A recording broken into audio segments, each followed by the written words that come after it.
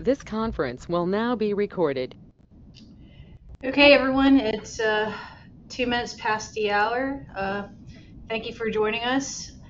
My name is Terry Ann Paolo, and I'm a regional planner with the Treasure Coast Regional Planning Council. Today, we're going to be doing the third in our series, building smarter stormwater systems, low impact development, and GSI code audit tools for resilient communities. Before we begin, I'd like to take a moment to acknowledge the funding that made this speaker series possible. This event is supported by the Florida Department of Environmental Protection's Resilience Florida program, which is dedicated to enhancing the state's resilience to flooding and sea level rise.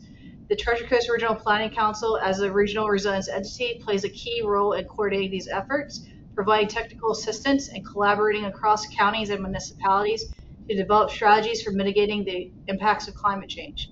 We're incredibly grateful for their support in fostering this important conversation. The Treasure Coast Regional Planning Council was established in 1976. It's the only regional forum where elected and appointed leaders from Indian River, St. Lucie, Martin, and Palm Beach counties come together to address complex regional issues. TCRPC works on strategic solutions and build consensus around key goals in areas like urban design, economic development, transportation, emergency preparedness, and natural resources. Comprising of 19 locally elected officials and 9 gubernatorial appointees, TCRPC plays a vital role in shaping the future of the Treasure Coast through collaborative planning and coordinated action. Now it's my pleasure to introduce today's speaker, Dr. Evan Bean, Associate Professor of Urban Water Resource Engineering at the University of Florida. Dr. Bean's work focuses on sustainable stormwater management, smart irrigation, and the use of sensor-based monitoring systems. He plays a unique combination of research and real-world application to his work, partnering with municipalities, developers, and landscape professionals across Florida.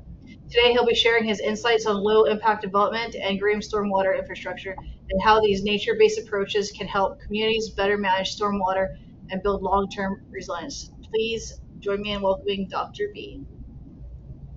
Thank you very much, Terry. Real quick, looks like I need to be enabled to share again. Yeah, you should be able to just click share, the share button right there. It was there before, but it's not allowing me. It's kind of grayed out now. There we go. All right, perfect. All right, can everybody see that okay? Yep. You able to see that? Okay, fantastic. Well, thank you, Terry, for inviting me to be here today. I really appreciate the opportunity and look forward to telling you a little bit about low impact development, green stormwater infrastructure, and some of the tools that we've to help communities with implementing and facilitating the implementation of more sustainable stormwater solutions. I'm going to get started by really starting out at a fairly low level and then building fairly quickly from there, so kind of to make sure we're all on the same page with the starting point. So kind of just getting into what happens to rainfall on different types of land uses. So when we think about sort of a natural landscape, the rain that falls on there, most of that water is going to either infiltrate into the ground and then recharge the aquifer, or it's going to infiltrate shallowly into the shallow ground. Roots from trees will then take that up and evapotranspirate it back into the atmosphere, or some of that will basically be evaporated from the surface of the soil or from leaves that intercept that rainfall. And only maybe about 10% of that water would actually leave the area and migrate laterally across the land surface into maybe a nearby waterway. As we start to transition that landscape and add impervious cover, things like rooftops and sidewalks and streets, things that are basically preventing water from infiltrating the soil, we're starting to shift that water balance, or what happens to that rainfall. And we're basically decreasing, for the most part, we're decreasing infiltration. We have a slight decrease in evapotranspiration, but we're bumping up that runoff and the water that's actually moving laterally and leaving the site. Most of that's due to reduced infiltration. As we start to get it more impervious, and this is getting into sort of, you could envision sort of your typical residential neighborhood, your low density commercial areas, 30 to 50% imperviousness. We further shift that water balance. Now we're about even parts infiltration, evapotranspiration, but we've bumped up the runoff again to now about 30%. It's important to note that these are conceptual numbers. These are not for a specific area or a specific condition. They're kind of just illustrating the transition that occurs as we move from natural ground cover to urbanized landscapes. Once we get up to our highly urbanized area, our downtown settings, we're really looking at only about 15% of that water might actually make its way from the land surface into the subsurface, recharging the groundwater and so forth. About 30% might be evapotranspiration, with most of that really being more evaporation. There's not a lot of green space, there's not a lot of pervious area for vegetation to take up that water and put it back into the atmosphere. So really we're just looking at sort of the depressional storage on those impervious surfaces that evaporate back up. But overall, we're seeing a significant increase now. Up to 55% of the rain that falls is now converted into runoff. And so if we take a look, let's kind of look at the general comparison maybe for natural cover to 30 to 50% impervious, our sort of third condition here. And it might seem like, well, we're only increasing the runoff by 20%, but that's actually a tripling of it. We're going from 10% to 30%. There's 3 times as much runoff, leaving the 30 to 50% imperviousness as compared to the natural ground cover before it was developed. And we're also changing sort of what's happening on an event-to-event basis. And so, for example, when we look at what happens during a typical rainfall event, we see that there's a few things that change when we cause imperviousness or we add to urbanization.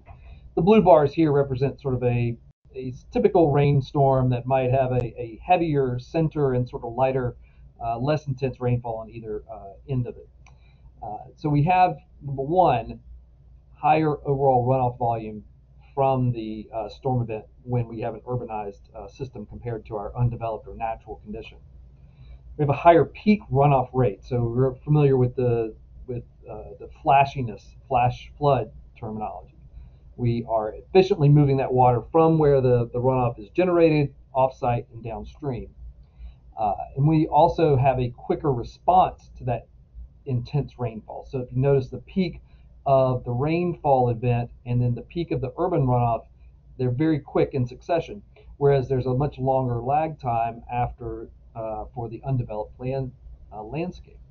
And so this is essentially, again, going back to that term flashier, the flash flood, all of these, the configuration, the urbanization, the imperviousness that we're adding, along with the efficient movement of the water through the stormwater network and channels is causing for a more rapid movement of water through the landscape, flasher floods. And so our typical approach to urban stormwater management in many ways was essentially to get water off-site as quickly as possible and trying to move that from our source areas into the nearest water body as quickly as we could. You kind of see this, the elements of this all over our urban landscape. We have scups at the building that take the rooftop runoff that might dump it out into the street. We have the curb and gutter that runoff into our storm drains. It goes into our water system, and then those pipes might discharge it into the nearest canal, lake, stream, or waterway. But that also carries with it, that stormwater that's generated from the urban landscape is carrying with it many different compounds and chemicals from the urban landscape that are having an impact on our water bodies. The first one is we see polyaromatic hydrocarbons and metals from our roadways. We have organic debris and sediments and atmospheric deposition on our parking lots and impervious areas. We have nitrogen and phosphorus if they're not being applied judiciously or to the lawns area that can basically wash off of into our storm drains. And then our pets, we have very cute animals. This is not my dog. My dog is nowhere near as attractive as this. But they are essentially sources of nitrogen, phosphorus, and pathogens in the urban landscape that can be flushed down into our storm drainage network. The impacts of this can be seen in many different ways. One of the aspects is with our conventional approach to stormwater management, sending the water off-site as soon as possible might be great for you, but it's not great for the person or the people who are downstream receiving that. We still have many issues with urban flooding in much of our state, and there's even some communities that have moratoriums on development because of flooding issues that have not been resolved. But the water quality aspects are another issue. We see this with blue-green algae, even red tides, and the nutrients that are being sent to our water bodies. The excess volume of runoff that leaves the urban sites can also lead to channel erosion. This is a colleague of mine who's about 6'4" in what used to be a small ag ditch that was basically developed all around it, and now is about 20 feet deep in a 4-foot wide channel, just due to excess stormwater runoff being routed uncontrolled into it. So the impacts of stormwater runoff can be fairly destructive, even leading to fish kills in certain situations that are pretty impactful to our environment. So one of the main transitions that's started occurring probably in the 1970s and 80s was looking to essentially manage that volume, the impacts of excess flow rates, the impacts of additional volume of runoff leaving a site, and how that can impact our waterways and the risks to property downstream. So we have here sort of what we were seeing before with our urban runoff without any management, and then our pre-developed runoff. And so detention was the first sort of strategy that was implemented. And this was essentially the idea of really trying to prevent downstream flooding and trying to address the issues of channel erosion that can be caused by excess flow. So if we essentially set a maximum discharge rate as this pre-developed runoff, and this is oftentimes going to be our 10-year, 24-hour storm event, if you're familiar with those numbers. This is our peak development rate, our pre-developed peak rate, and the idea being that we would capture that urban runoff volume and then stretch it out or discharge it slower than it's coming in over a longer period of time to reduce the peak rate, reduce the downstream flooding and erosion, but we'd actually still have the same amount of volume. Conventionally, we've tended to, we've really relied heavily on this approach with stormwater management and stormwater ponds. One of the great things with stormwater ponds that were implemented to achieve this detention effect in a lot of developments is that it was very effective at addressing what is outside of Florida the most common pollutant in stormwater runoff, which is sediments. In Florida, our soils are much coarser than most other areas of the United States, and we don't have as much topography or relief that leads to erosion issues that generate a lot more of the sediment. That being said, we still relied on stormwater ponds, and there was a lot of basis with sediment removal that went into the rules for stormwater ponds and water quality around the 1980s and 90s. So in our conventional setup up until recently, we generally had sort of our watershed or our development area that was the source of our runoff, our impervious areas of rooftops. Maybe that rooftop would drain to the driveway into the curb and gutter. The runoff from the streets would collect into a stormwater inlet or a catch basin, go into the stormwater collection system, and then go into a stormwater pond. And this is by far the most common approach to stormwater management, not only in Florida, but across the United States as well. And we did a survey investigating sort of how prevalent this is around Florida and mapped as of, I think the data was accurate as of 2016, we estimated around 76,000 stormwater ponds around Florida that are being used for stormwater management. And so those ponds essentially are providing three different services. They provide that water quantity control, the detention benefits that we need for flood control and reducing the flow rate so we don't have downstream erosion. But it also, over the 90s, we incorporated or started to grant water quality credits for the stormwater ponds based on how well they remove sediments. So the performance of stormwater ponds removing 80% of sediments, that was translated over to nitrogen and phosphorus, and those credits were kind of incorporated without necessarily having complete knowledge or understanding of how well these ponds were working with respect to those pollutants. Then in around 2005, 2007, Harvey Harper put out a report that really kind of took a deep dive into Florida's stormwater management and the rules, what the shortcomings were of it. And one of the things that really came out of this was the ineffectiveness of stormwater ponds to remove particularly nitrogen, but also phosphorus. And if we understand a little bit more about what is in stormwater runoff, what the forms of nutrients are in stormwater runoff, we can start to understand the connection between why the assumption about sediments removal rate for stormwater ponds didn't really translate into performance.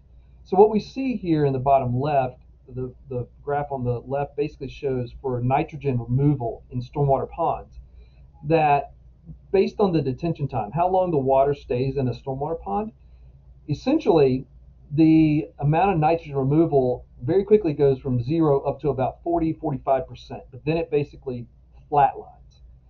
And understanding a little bit more about the forms of nitrogen in runoff, we understand that there's about half of the nitrogen that's in runoff is in particulate form. And what that means is that is bound up in organic compounds or organic particles, or sometimes bound to physical particles, things that will essentially settle out very quickly, just like sediments would settle out very quickly. But the other fraction of nitrogen, the other half of it, is essentially in a dissolved form that just stays in suspension in that water column and doesn't actually get removed. Phosphorus, just based off of the chemistry on the surface of particles and how phosphorus is available in the urban environment, phosphorus is oftentimes transported into stormwater ponds via sediment particles. There's a certain fraction that is not, but for the most part, sediments are the main transport mechanism. And so, again, as sediments drop out, which ponds are very effective at removing, phosphorus does eventually meet that 80% target. And 80% is what these stormwater ponds were being credited with removing, while they were essentially, for the nitrogen, only removing about 45%. There's the graphs at the top here are a separate source of data from what's known as the International Stormwater BMP database, but tells a very similar story based on the data from Florida. Essentially, the concentrations of nitrogen, we only remove about a third or a quarter of that concentration between inflow and outflow. And with phosphorus, we have a much better removal rate. Again, it's tied to particles that settle out. And so we remove about 2/3 of that phosphorus in the concentrations coming in versus coming out. But essentially, stormwater ponds were not performing as well as they were permitted. And this has created sort of a legacy effects where we have inadequate treatment of stormwater ponds, and it's also contributing to impairment. So if we look at a map of Florida and look at the way that our land has been used, looking at urban, agriculture, and conservation lands here, we can see that development as of 2010, mostly along the coastlines. And if we then look at sort of a map of the the impaired waterways, we can see that there's some correlation between those. Now, urban stormwater runoff is not the sole source of impairment to our waterways.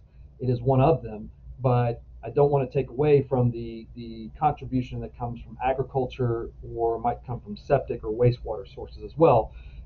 They all need to be addressed and contribute their own way for different settings.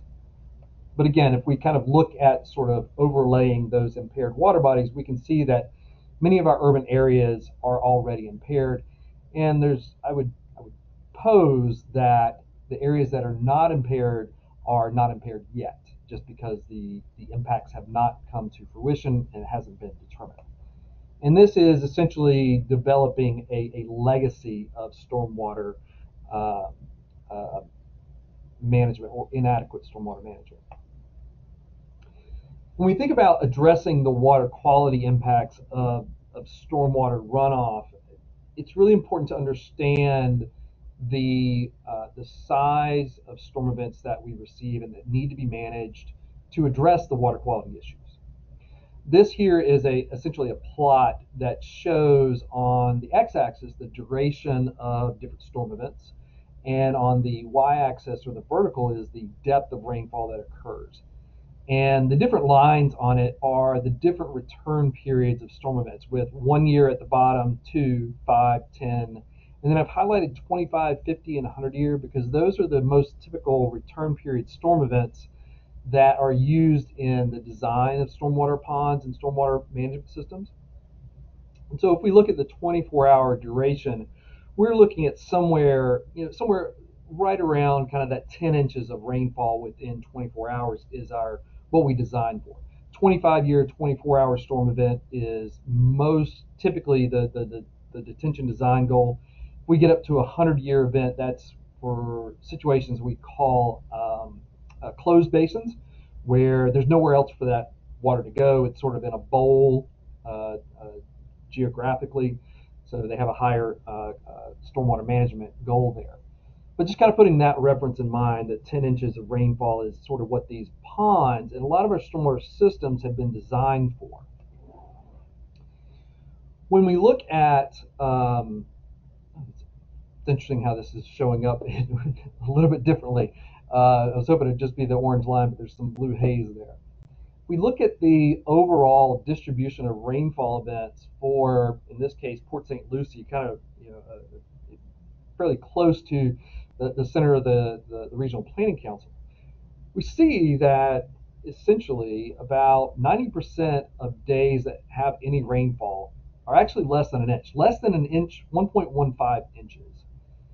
And with nitrogen and phosphorus, the runoff that comes from stormwater, the runoff that comes from storm events, it's not the really large events that we have to manage. It's really kind of like, I use the term, you may have heard the term first flush. This is a term that's essentially meant to convey the idea that in between storm events, there is an accumulation of pollutants on the landscape that when a rain event occurs, it washes it off.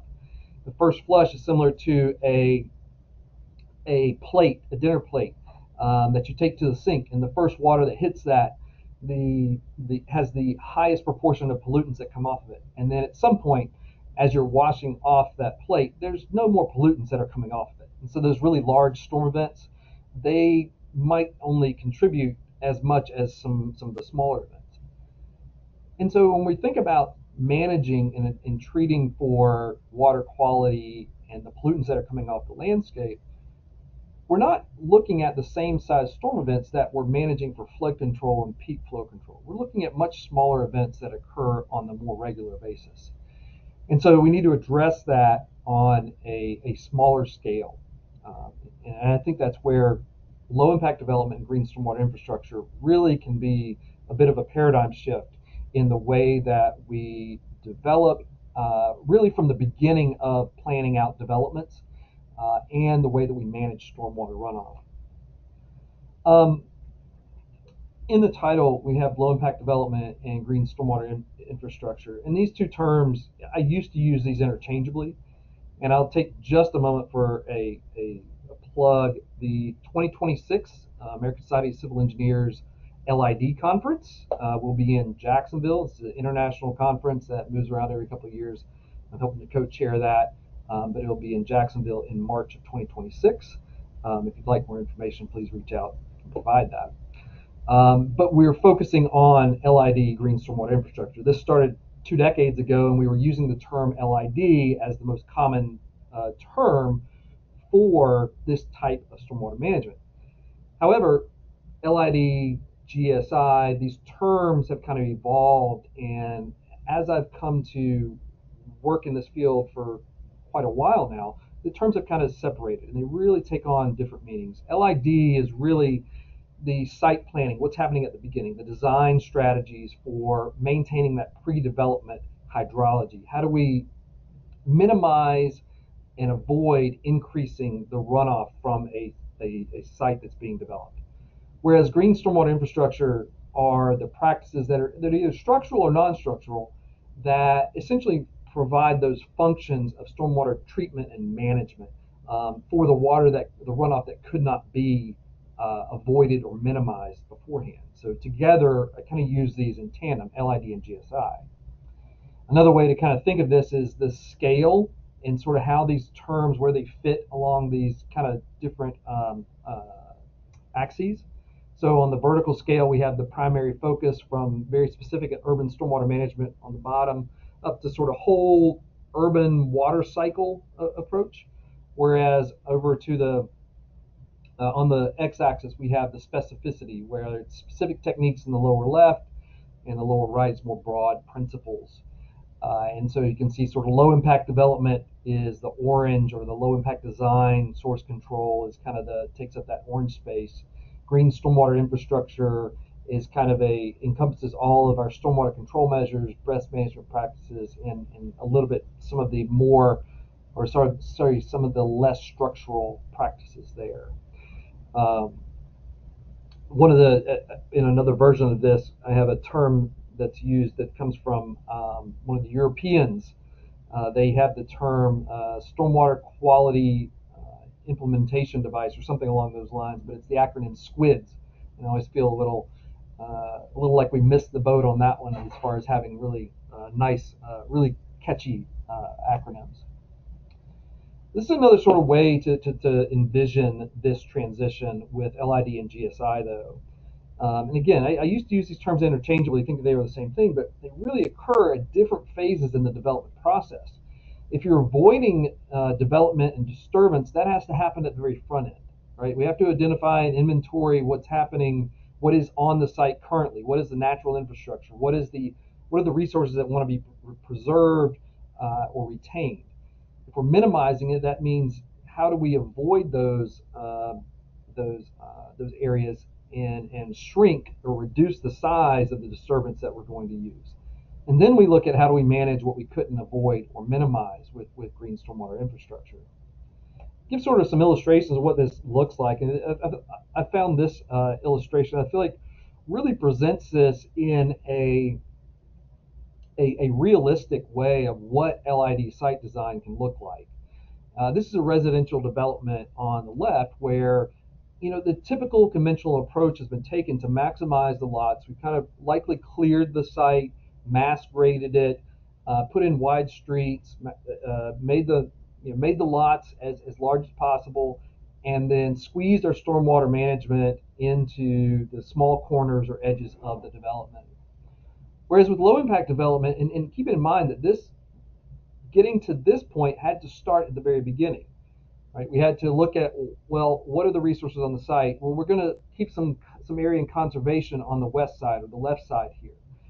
And so we're going to have to shrink some of our lots. We're going to cluster them. We're going to narrow the roadways, but that's going to give us some opportunity here to incorporate bioswales, some pre-treatment for those smaller water quality storms. It's integrated within the development overall.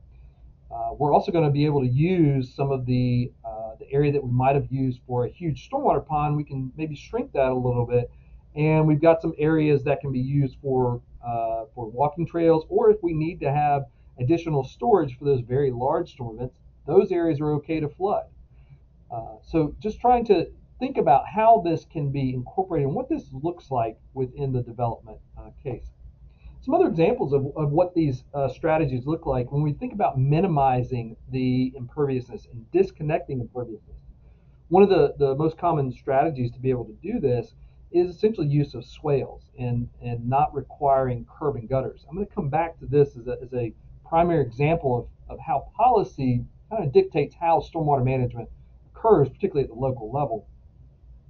But looking for those opportunities where we have impervious area and pervious area or vegetated space adjacent to one another, and allowing that connection, allowing that water for those smaller regular storm events to essentially overflow onto those pervious areas and address or reduce the amount of runoff that actually leaves the site. We also have this same approach essentially within traffic islands and medians, sort of those dead spaces within a lot of our parking lots and so forth. And so when we look at green stormwater infrastructure, the practices that are used for managing stormwater runoff, they kind of can, the range of options is pretty broad. We can look at almost every aspect or surface or area within an urban environment, and there's a opportunity to incorporate stormwater management within that surface. Rooftops, you can put in green roofs. Parking lots, permeable pavements, open space or medians, bioretention, rain gardens. There's a lot of different opportunities, and I'll go over some of those here. This is a really nice graphic that I think helps to explain, there's an option for every kind of situation in many ways. So the axis on the bottom here, from left to right, is mechanical to biological treatment, and then as you go from bottom to top, increasing level of volume of reduction. This is actually this is from a University of Arkansas book, but it's actually developed by Jeff Hubert from Florida Atlantic University, who put together just a wonderful book, probably one of the best illustrative. It's kind of the coffee table book of stormwater management, if you will. Like, my family doesn't really get excited about stormwater like I do, but the book that he put out, that this comes from, is something that is very engaging with the public and people who are not necessarily, don't geek out on stormwater and water resources issues. But the idea here is that if you look at all the different options, there's slight differences that allow each option to take advantage of the setting that it is in and the drainage area that it comes from. And so there's actually a lot of options we have to look at, and if we just kind of look around at those.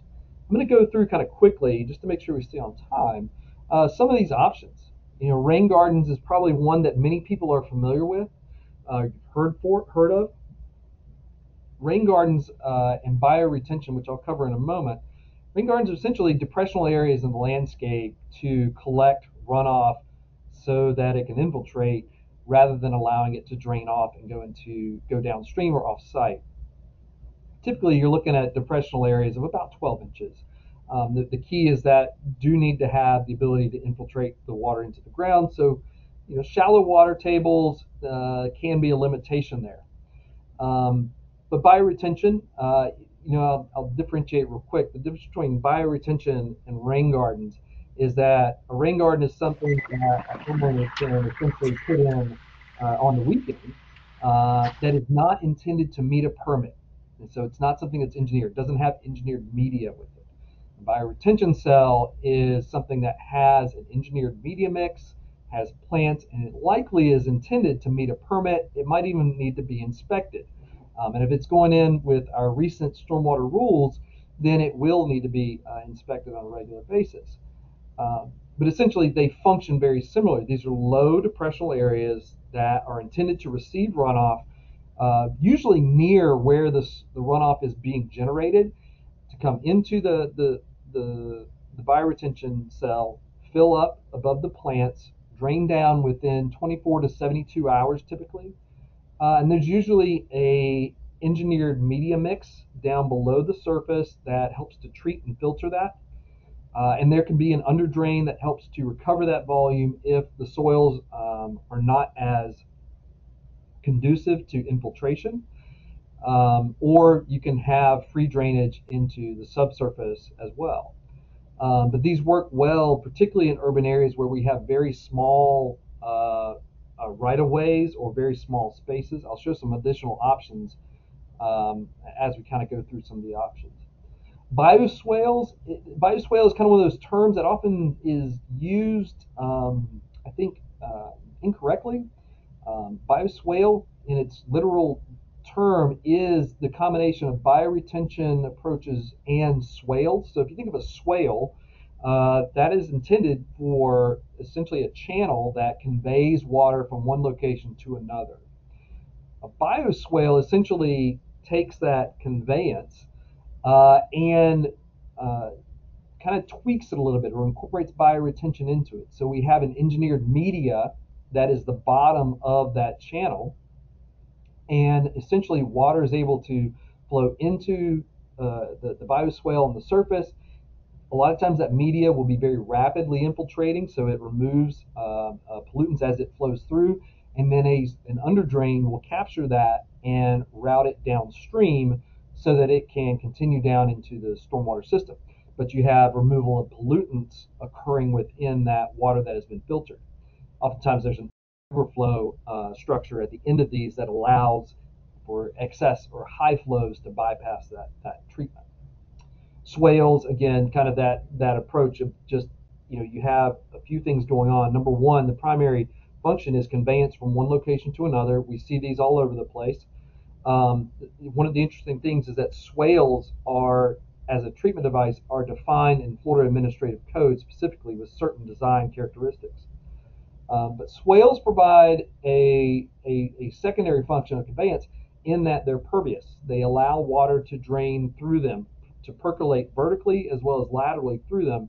And then there's also a filtration effect as water flows on as a conveyance through that vegetation and through that shallow soil. There's some filtering and removal of pollutants that occurs as well. I always put in permeable pavements. I did my first research on stormwater management was on permeable pavements, and the thing that I think is great about them is that you can park on these as well as have your stormwater management on them. Essentially, water moves very quickly through the surface, and there's three most common types. We have block pavers, we have what's called porous asphalt, and then we have porous concrete. They work a little bit different. The pavers work a little bit different than the porous asphalt and porous concrete. With the pavers, there's gaps in between the pavers that water essentially flows in between them. There's usually pea gravel that sort of chokes any sediments at the surface, and water is able to rapidly flow through the pavement surface into the aggregate down below, where water can kind of build up and be stored to slowly percolate into the subsoil around it. With porous asphalt and porous concrete, these are very similar to their conventional analogs of traditional asphalt and traditional concrete. The key is that they have removed the small, fine particles from the mix. And so what ends up happening is you have these larger aggregates or larger particles that are bound together, and there's these gaps that interconnect within the actual matrix of the material, and that's the channels that form that allows water to percolate through it. Now, porous concrete is pretty easy to identify if you know what to look for. I always tell people, because structurally it's essentially the same thing, but if you're looking for it in the field, it looks like a Rice Krispie treat. Porous asphalt is going to be a little bit more difficult to determine. It's just you have to kind of know what you're looking for to be able to identify it at the surface. Porous asphalt for a long time wasn't used in Florida and was not very successful. The mix and the binders were not very good. It could not hold up to the heat of Florida. That has changed, and a lot of the binders are much better and it can withstand that, and it's starting to be used more and more throughout the state. The one issue, or I shouldn't say issue, it's true for all types of BMPs and stormwater management. Maintenance is a fact of life for all stormwater systems, and permeable pavements, we just have to vacuum sweep them typically a couple times a year, but that's really dependent on the amount of sediment loading that comes to them. The other thing that I'll note here is that if you're using permeable pavements, it doesn't necessarily have to be for the entire, for example, parking lot. So oftentimes what we'll see is either the drive path or the parking stalls, one or the other, will be permeable. And that allows for maintenance to be done during, particularly if it's the drive path, to be done during the regular operation of that parking lot. But we, and I say we, us on the Permeable Pavement Technical Committee with American Society of Civil Engineers, recommend that you can go up to a 5-to-1 impervious to pervious area ratio, but oftentimes we'll see it as a 1-to-1 or a 2-to-1 as the max. The higher that impervious contributing area, typically the faster that pavement is going to need to be maintained more regularly. Infiltration trenches and dry wells are another strategy that's been used for a lot of areas where we have good infiltrating soils, and we have some separation from the water table. Essentially, we need to, this works very similar to a septic drain field, if you're familiar with that.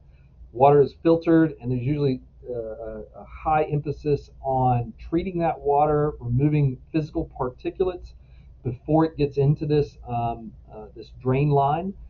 Essentially, water flows into the pipe, distributes into the rock around it, and slowly percolates into the ground around it.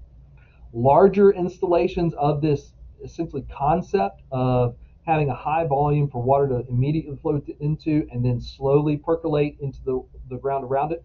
We have subsurface exfiltration systems.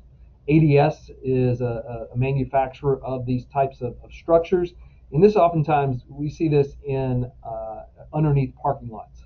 So again, sort of a combination of utilization of space where we treat our stormwater management, or we're able to control for it on site in the same footprint where we're using it for parking. Tree boxes and tree trenches, this is, I don't want to say this is a newer technology. It's just one that hasn't received as much attention, and we don't. It doesn't stand out as much in the urban environment because it's typically the key parts of it are hidden and out of sight underneath the ground. But if I was going to say, if there's one practice that Florida could be doing a lot more of and be benefiting for it, it would be this practice here, because of the ability to install it within narrow right-of-ways adjacent to roadways. This also leverages the ability for trees to take up water.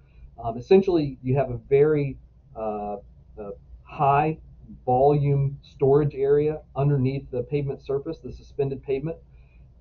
Tree roots expand into this structure, pulling up the water. And if you've ever tried to water a newly planted tree, if you try to keep up with it, you'll notice that how quickly trees can take up water. The added benefit is that the trees provide that shade, that cooling to the urban heat islands that we have. So it's this is a very applicable strategy for much of Florida, I would say.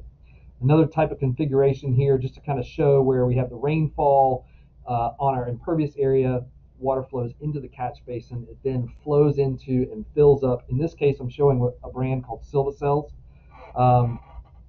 Fills up that storage. There's an under drain that takes away any water that's in excess and any water that's been filtered. So essentially, the water is distributed throughout that cell. Trees are able to take up that water, or a large volume of it, and there's a portion that can be filtered and sent downstream.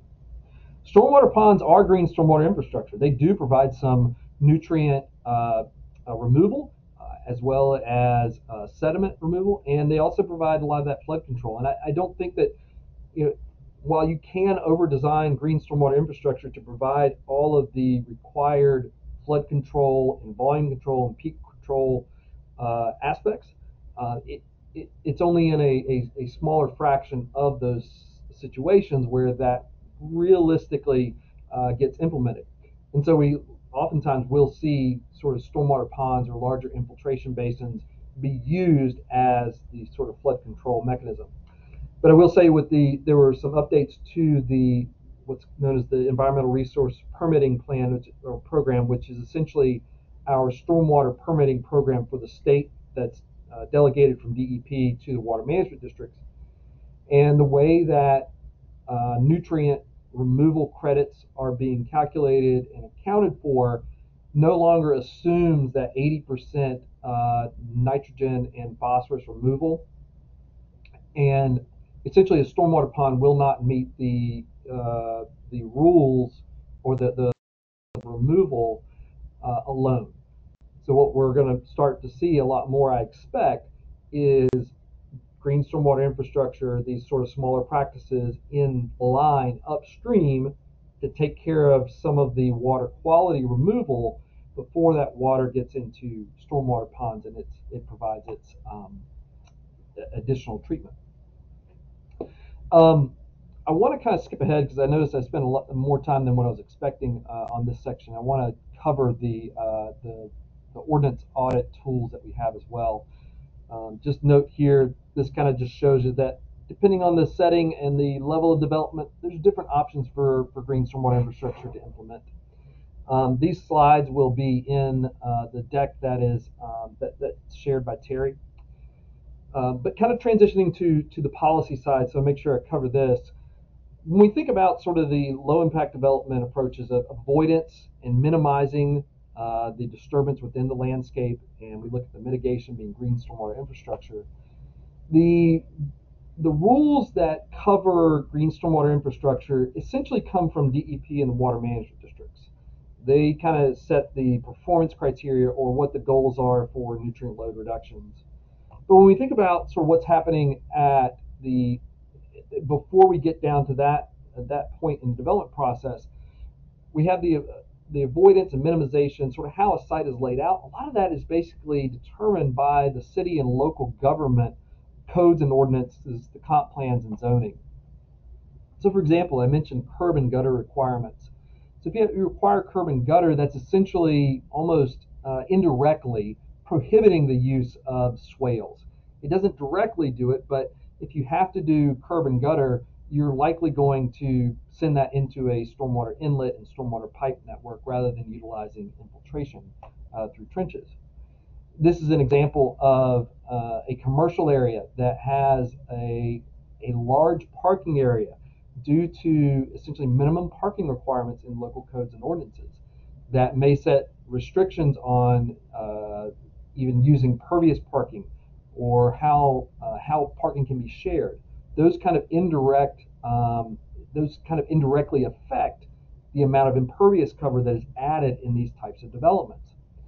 So with that in mind, we've been working for the past few years on tools to help local governments to evaluate and review their codes, to identify where there are places in their codes that either indirectly or directly restrict or prohibit the use of green stormwater infrastructure or low impact development practices.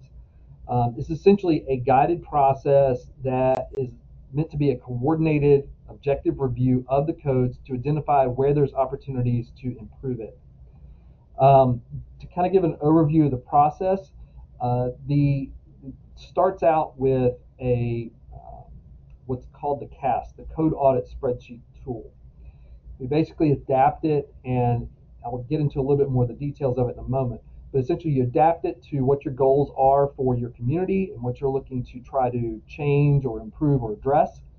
You then perform the code audit, usually with input from multiple offices or departments within the local government, and then summarize the results and identify sort of ways that you can address the gaps that were identified. Just to kind of give you a high-level overview, this is the name of it, Enabling LID and GSI, the code audit for Florida counties and municipalities.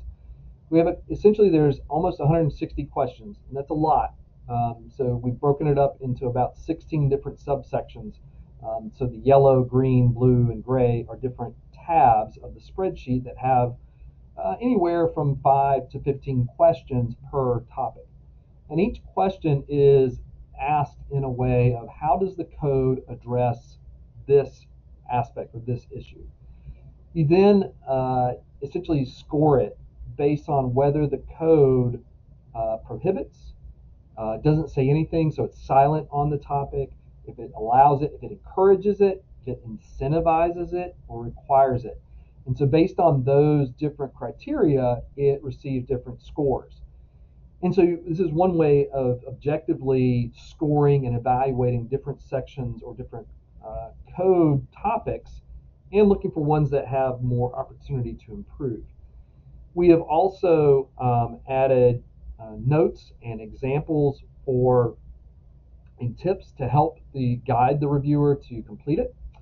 So kind of looking at the overall CAST system, it's broken up into these different topic areas, addressing the comp plan, which is not exactly directly your codes, but it is a sort of a, your preemptive, your ambitions for the code, what it will hopefully become at one point. And then we have topics dealing with natural infrastructure, stormwater management, and then a large part of it deals with zoning and building and landscapes, the built environment, and the codes that are in there. Give an example of what a question looks like here. Does the code encourage infill and compact development to minimize urban sprawl and minimize land consumption? So here we have a tip to address that. We also provide a place to include a code reference. So if you're going through and filling this out, you would then sort of copy and paste the code language that you have in here, and then provide an interpretation or notes, sort of how you evaluated the code, and then provide a score there. Another one is shared parking allowed for multiple businesses or sites with different peak usage times? Again, kind of going through that and scoring it based off of the way that it's done. So as I mentioned, we have about, I think it's 16 off the top of my head, categories here. We have around 150 questions overall, 152 if we take 608, which is the total potential points divided by 4. And then in the summary here, this is kind of auto-calculated. It provides a summary for each tab, each section, and it can kind of give you sort of a percentage of the total possible points that are scored for each topic and section. We've completed audits for Alachua, Brevard, and Volusia County.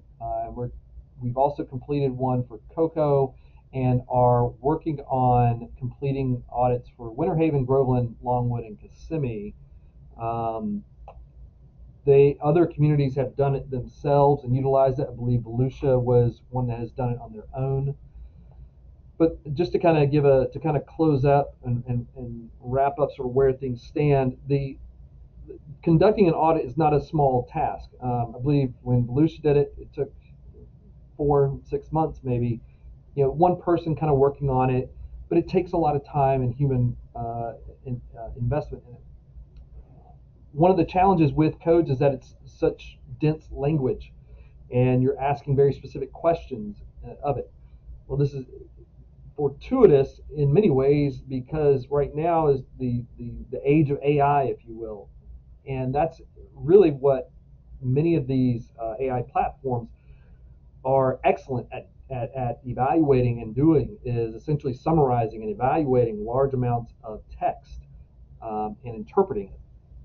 We've been essentially working on evaluating the different types of AI platforms that are available, and we're actually in the process of finalizing a version of, or an add-on, I guess, to the CAST that would link the CAST to to AI platform. I think Gemini is the one that we've kind of been working with for the most part, and having it auto go through and do the essentially initial drafting of the scores and the assessment would be for a local government rather than someone having to do it on their own. The idea with this is that instead of it taking 4 or 6 months to do, you could essentially go home at the end of the day, starting it to run. It would submit the questions, get the answers back, score it, populate it, and you come back the next morning and it would have a draft of the audit completed for you to review. And I emphasize completed for review because anything that an AI assesses or generates really needs to be, at the end of the day, reviewed and approved. A human needs to take responsibility for that moving forward. The other thing that I'll note that we've done is done a survey for each question, found examples of codes from around Florida that are already in code language in different communities, to provide examples of usually a score of a 3 or 4, pretty strong code language that addresses the topic. So it provides a guidance or a target, if you will, of how you might move forward, how you might improve the codes for your community.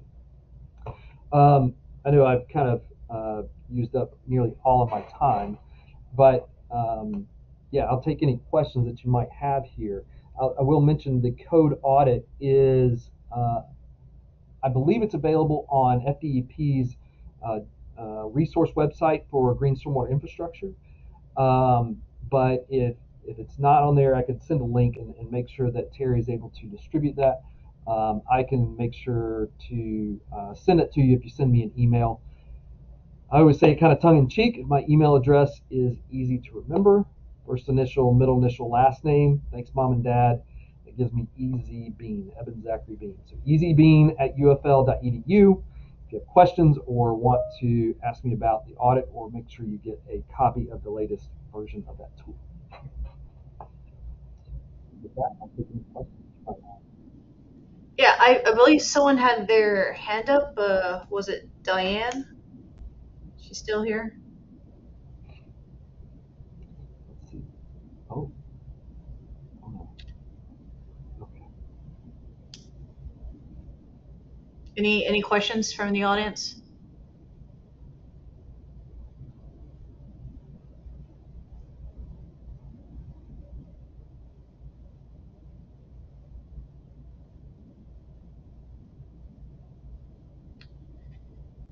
Okay, I guess not. Thank you for your time, Dr. Bean. That was a very insightful presentation, and I have some quick announcements before we close. So I'll share my screen.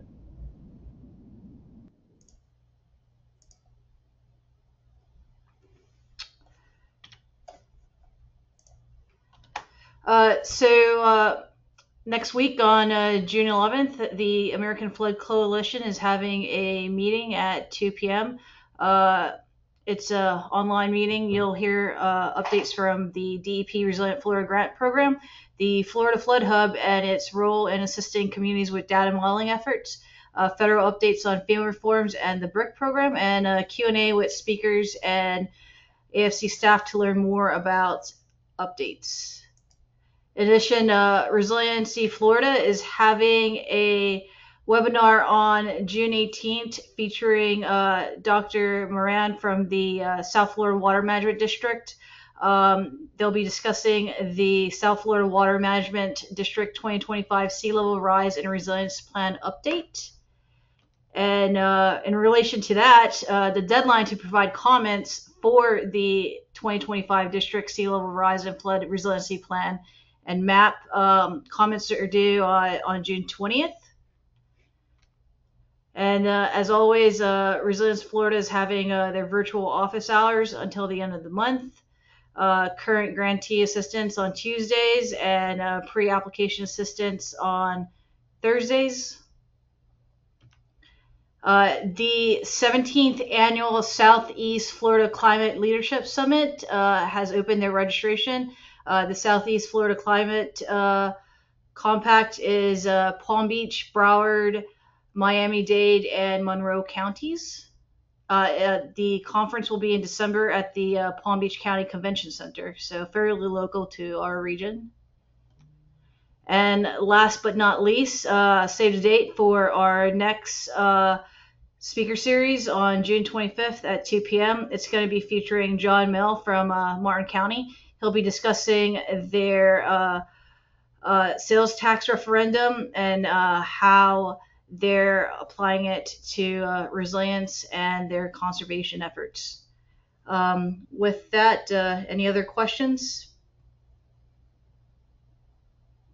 Okay, thank you, everybody. Thanks for joining.